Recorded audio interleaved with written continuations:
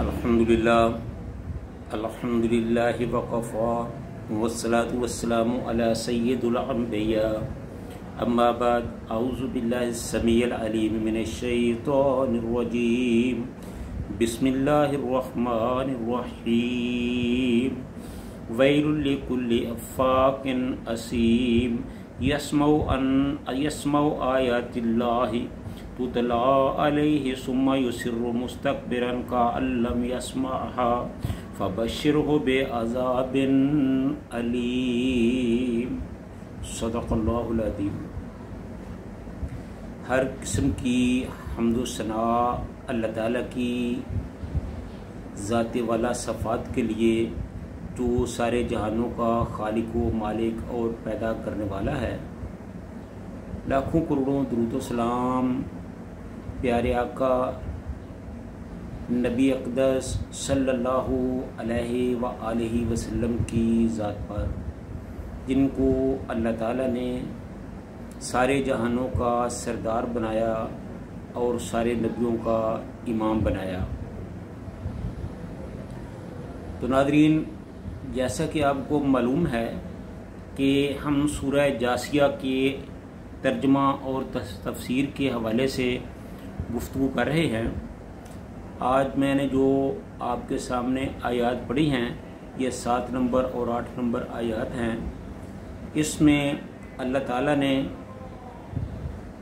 उन लोगों का जिक्र किया है जो एक तो खुद झूठे होते हैं, झूठ पर कायम रहते हैं, झूठ बोलते हैं, और फिर ऐसे लोगों का जिक्र किया है जो जिन पर अल्लाह ताला की आयत को तलावत किया जाए और वो सुनकर उस पर अमल करने की बजाय, उसका असर लेने की बजाय उसका इनकार कर दें, उससे मुंह फेर लें। तो अल्लाह ताला फरमाते हैं कि वैलुल लिकुल्लि अफ़्फ़ाकिन असीम, हलाकत है, तबाही है हर झूठे और गुनाहगार के लिए। वैल का मतलब होता है हलाकत और तबाही। लिकुल्लिन यानी हर, अफ़्फ़ाकिन, अफ़्फ़ाक इफ़क से है, इफ़क का माना है झूठ, बोहतान तराशी, और ये मुबालगे का सीगा है जिसका मतलब है कि बहुत ज़्यादा झूठा आदमी। आगे फरमाया असीम, असीम का मतलब होता है गुनाहगार। तो इसका मतलब ये बना कि हर झूठे और गुनाहगार आदमी के लिए हलाकत और तबाही है।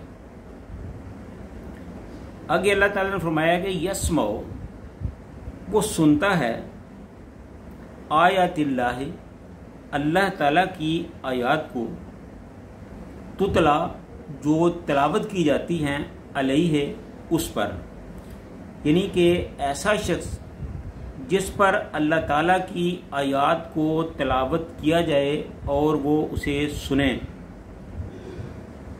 सुम्मा युसिर्रु मुस्तकबिरन, अल्लाह ताला की आयत को सुनकर उस पर ईमान नहीं लाता, उसको मानता नहीं है, बल्कि अपने गलत अकीदे और झूठे मौक़िफ़ पर अड़ जाता है, अपनी ज़िद पर अड़ जाता है, मुस्तकबिरन, तकब्बर करते हुए।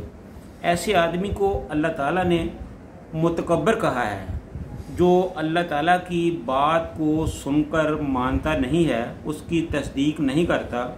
ऐसे आदमी को अल्लाह ताला ने मुतकब्बर कहा है। ये आदमी गरूर और तकब्बर करने वाला है। यानी कि जो आदमी अल्लाह ताला की आयत को सुनता है, अल्लाह ताला के पैगाम को सुनता है, फिर उसको सुनकर उसका असर कबूल नहीं करता, उसको मानता नहीं, उस पर ईमान नहीं लाता, बल्कि अपने झूठे मौक़िफ़ पर ही कायम रहता है, बल्कि उस पर युसिर्रु, युसिर्रु का मतलब है अड़ जाना, तो अपने झूठे मौक़िफ़ पर ही अड़ जाता है, मुस्तकबिरन, गरूर और तकब्बर करते हुए। मुतकब्बर आदमी अल्लाह ताला को किसी तरह भी पसंद नहीं है।